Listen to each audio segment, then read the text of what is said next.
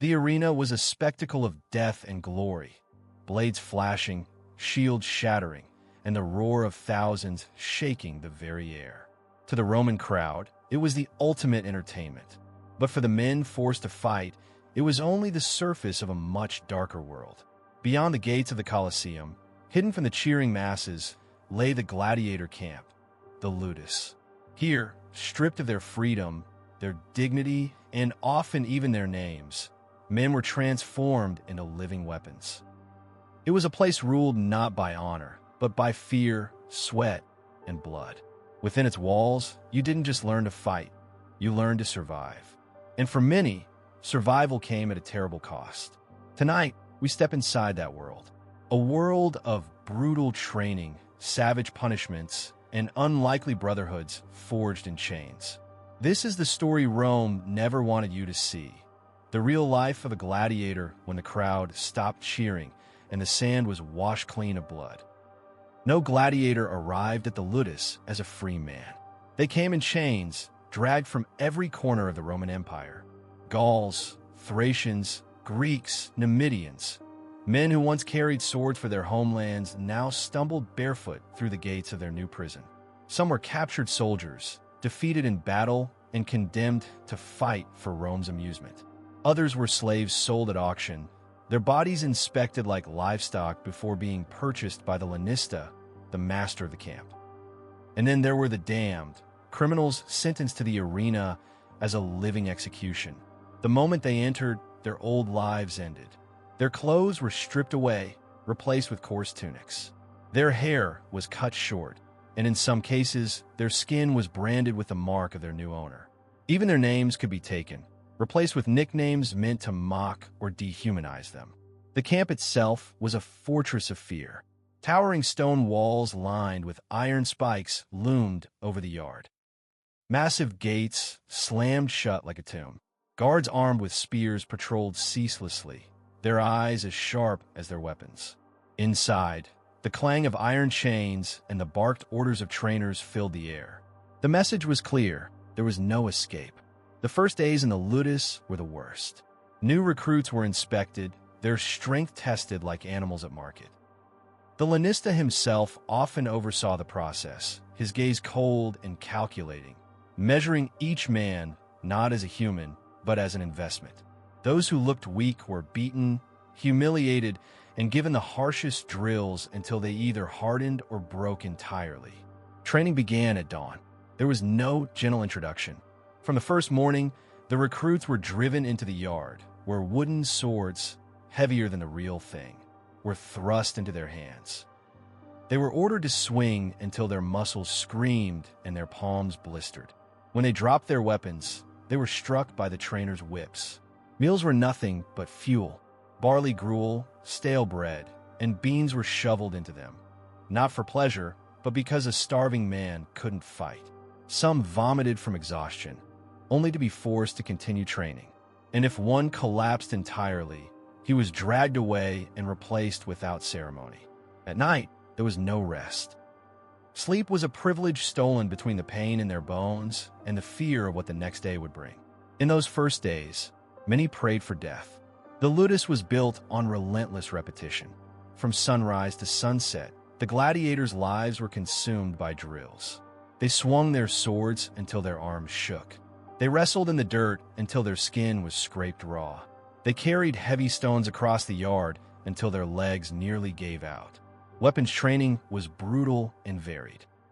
They learned the gladius for close combat, the trident and net for duels against lightly armored foes, and even heavy two-handed blades for sheer power. They sparred against each other daily, wooden weapons slamming into flesh and bone until bruises turned purple and blood seeped from split lips.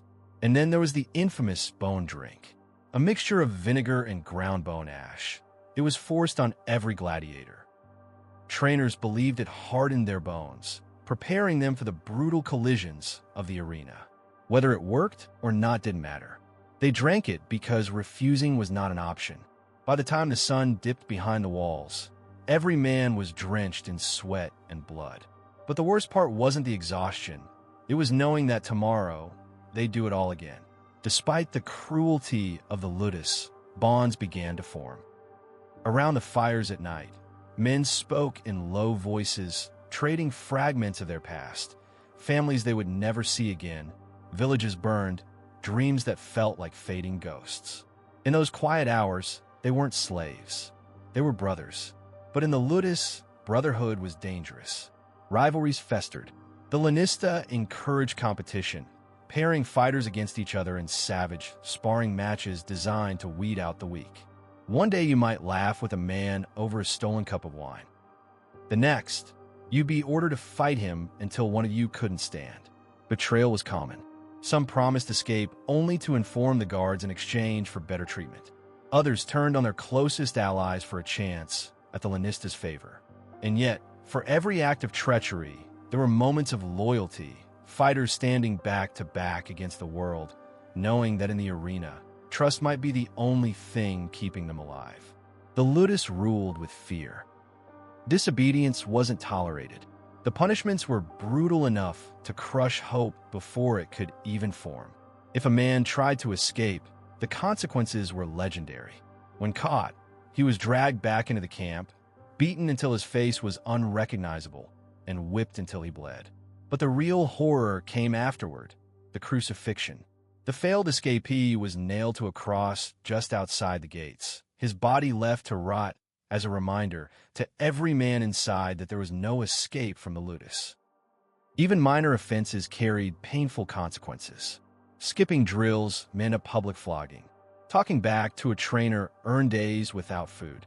For every man who thought of rebellion, there were the corpses of those who had tried and failed. Yet, in this nightmare, fear became a weapon. It forged obedience. It created killers. And in the twisted logic of the ludus, that was exactly what Rome wanted. Every training session in the ludus was a rehearsal for one thing: the arena. For weeks, sometimes months, the fighters drilled every move until it became instinct. And then, one day, the gates opened, not to the dusty training yard, but to the Colosseum itself. The first time a gladiator stepped onto the sand, it was overwhelming. The sun was blinding, the roar of the crowd deafening.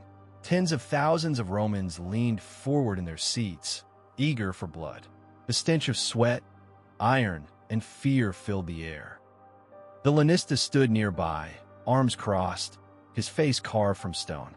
He didn't care who lived or died, only that his investment put on a good show. And for the fighters, there was only one rule: survive. Some men fought like wild beasts, swinging with raw fury. Others were cold, calculating, their every movement trained and precise. And though many would die, the survivors learned something crucial. The arena was hell, but it was also freedom, if only for a fleeting moment. Because in that sand, with the crowd screaming your name, you were no longer a slave. You were a god of war. In the arena, every heartbeat was a gamble. The clang of swords was drowned out by the roar of the crowd. A single mistake meant death, and mercy was rare.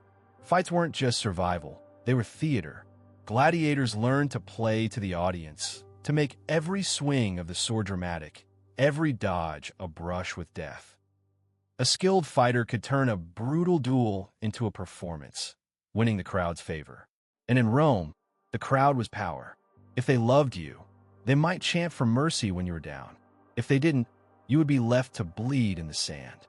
Then came the salute to the editor, the man who held your life in his hand.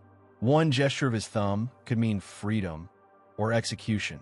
Many gladiators learned to meet his gaze without flinching, even as fear gnawed at their guts. In the end, the arena consumed them all. Some became legends, their names whispered like curses.